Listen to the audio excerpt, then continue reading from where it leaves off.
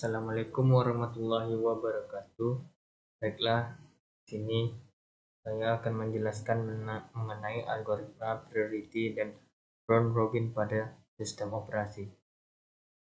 Algoritma dan penjadwalan dalam sistem operasi atau operasi sistem tentunya banyak sekali proses yang harus dieksekusi. Maka muncul permasalahan untuk memutuskan proses mana yang akan dilaksanakan dalam suatu sistem. Untuk itu diperlukan kebijakan dan mekanisme di sistem operasi yang berkaitan dengan urutan kerja yang dilakukan sistem komputer. Untuk menyikapi hal tersebut, maka dirumuskanlah sebuah algoritma penjadwalan yang berfungsi sebagai penentu proses manakah yang akan dieksekusi terlebih dahulu oleh CPU. Proses yang perlu mendapat jatah alokasi dari CPU akan mengantri di ready queue dan kemudian dilakukan proses eksekusi.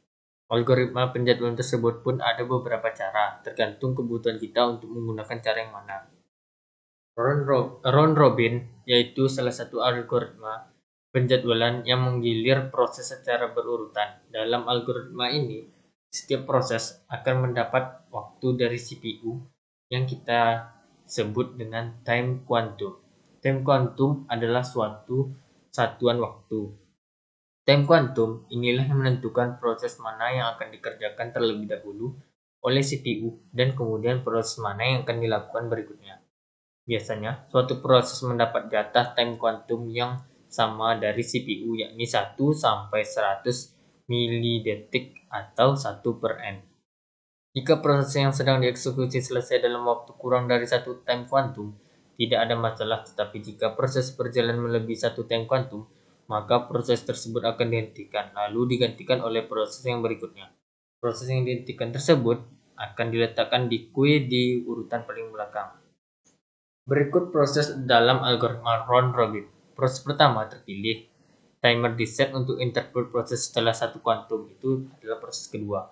Dispenser disiapkan guna memilih proses berikutnya.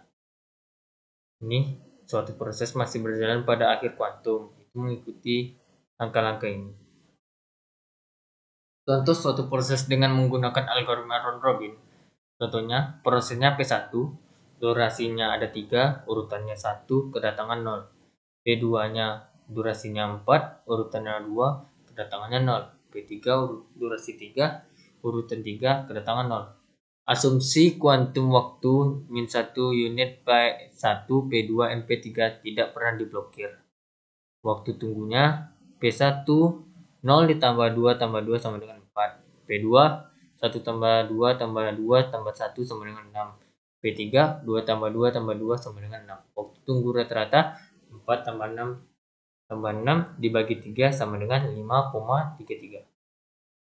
Permasalahan utama pada round robin adalah menentukan besarnya time quantum.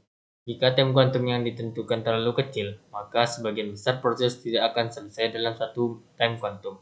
Hal ini tidak baik karena akan terjadi banyak switch pada CPU, memerlukan waktu untuk beralih dari suatu proses ke proses lain. Disebut dengan konteks switch time. Sebaliknya, jika time quantum terlalu besar, algoritma round robin akan berjalan seperti algoritma first come first serve. Time quantum yang ideal adalah jika 80% dari total proses memiliki CPU burst time yang lebih kecil dari satu time quantum. FCFS first come first serve algoritma ini merupakan algoritma penjadwalan yang paling sederhana yang digunakan CPU. Dengan menggunakan algoritma ini, setiap proses yang berada pada status ready dimasukkan ke dalam FIFO queue atau antrian dengan prinsip first in first out sesuai dengan waktu kedatangannya. Proses yang tiba terlebih dahulu yang akan dieksekusi.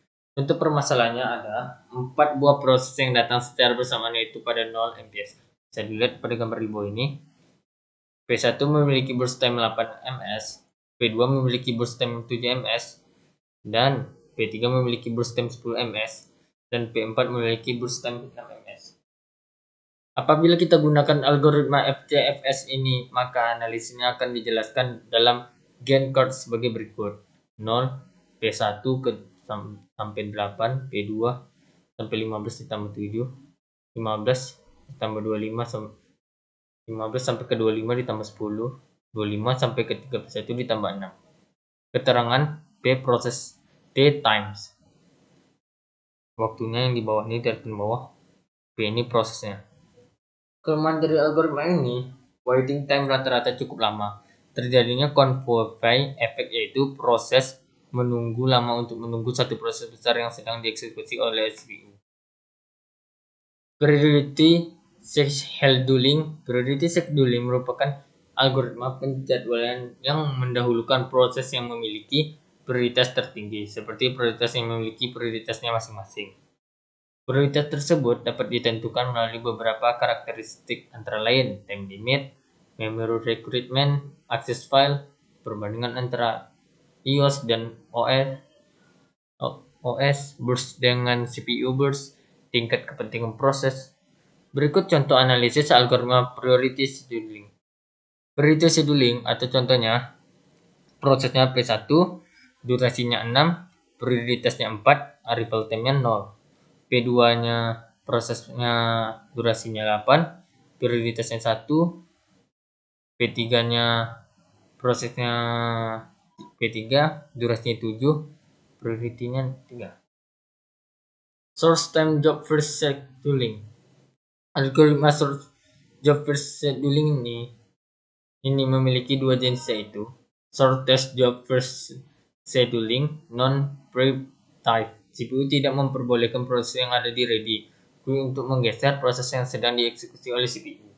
Meskipun proses yang baru tersebut mempunyai burst time yang lebih kecil, dan dapat dilihat pada contoh gambar di bawah. P1 datang di awal, ya, datang di awal dengan burst time 7 dan tetap berlanjut sampai akhir proses P1. Ya, prosesnya di atas, waktunya di bawah. Kita bisa lihat dari gambar ini ya. Average job waiting time-nya 0 ditambah 6 ditambah 3 ditambah 7 bagi 4 sama dengan 4. Shortest job first scheduling prep type.